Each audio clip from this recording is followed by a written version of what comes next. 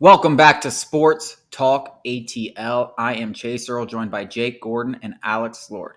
Jared Shuster and Dylan Dodd made their second starts of their major league careers this past week, and both of them went very, very poorly. Schuster once again showed terrible control issues. He's been optioned back to Gwinnett.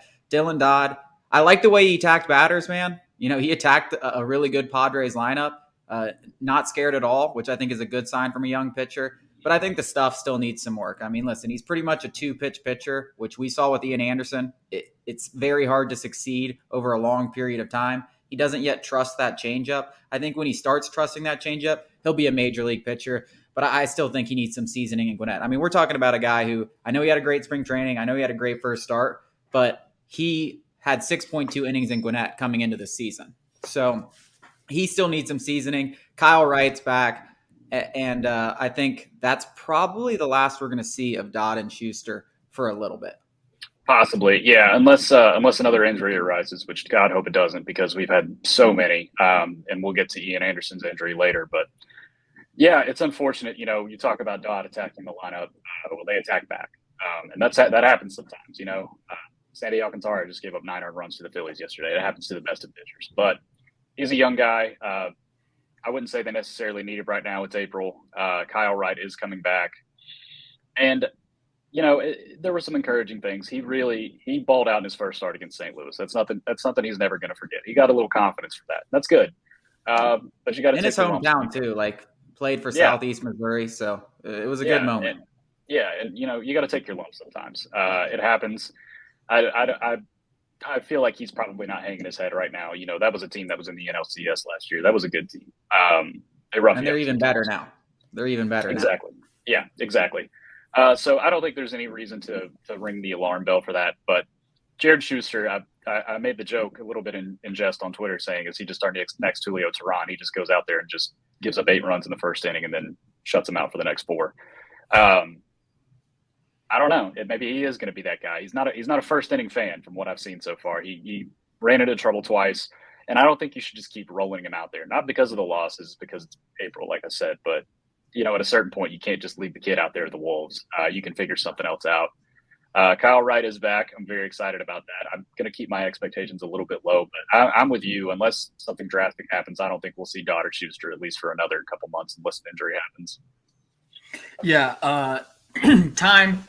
No idea, but I think you'd agree that guaranteed we'll see at least one of them again because injuries are inevitable, especially with pitchers. I think we'd all say we're more confident in Dodd coming back up than Schuster. I was at that Padres game, and good Lord, talking to the people around me, I can't believe how optimistic they were. Like after the first walk, I was like, oh my God, he's going to get shelled. Like this guy, he's rattled. You know, he has no control. But Dodd seemed – he got hit up, but he was still a bulldog. Like he was still throwing strikes. I mean, they were just hitting him. So that's more encouraging to me. Like you said, Chase. But I also am not expecting too much from Kyle Wright. So I think it's not expecting too much from Kyle Wright. Can you expand first on that? Start? I mean, first. I'm not either. Listen. Like if Kyle Wright went out there and gave up 6 runs. Listen, he had a great season last year, but this isn't Max Fried who's done it 3 years in a row where game 1 we're like expecting Max Fried to be the best. Like I disagree. I don't think Kyle Wright has established himself as that. Like last season was impressive, but like I'm not expecting him to go out there and shove. I mean, it's a bad Reds team, so maybe.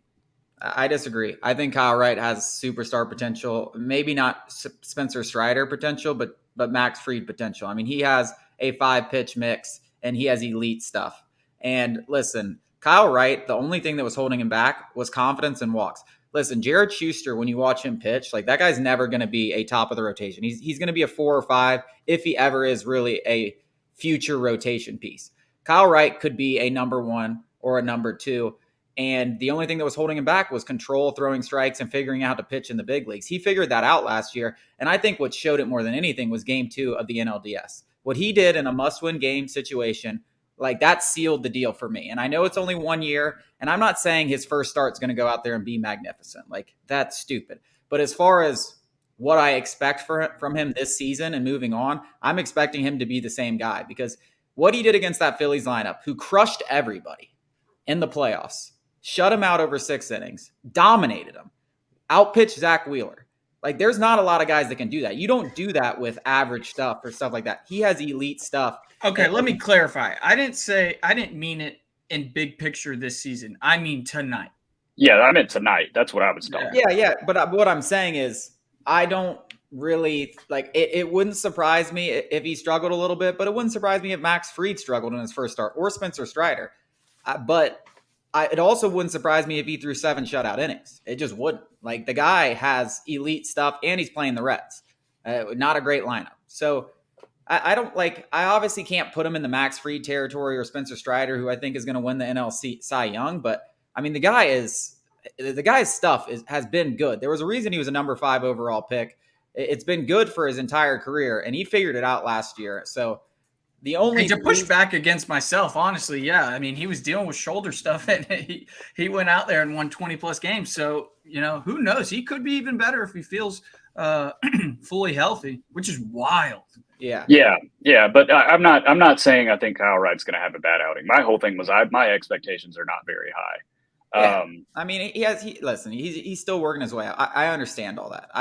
It also wouldn't surprise me. I just think Kyle Wright has turned into one of those guys where, like, you can come to go into the start and expect him to throw 6 or 7 innings of 1 or 2 run ball every time he takes them out. Like, I think that's not a ridiculous thing to say. And I know he only did it for 1 year, but that 1 year was incredibly impressive. Sorry. And when he's on, man, he is really, really good. Yeah, and he had that grand slam in his AAA start when he was ramping back up. But I mean, other than that, he looked pretty clean. I was more worried about his pitch count and the fact that he wasn't feeling fatigued. We got him back on schedule.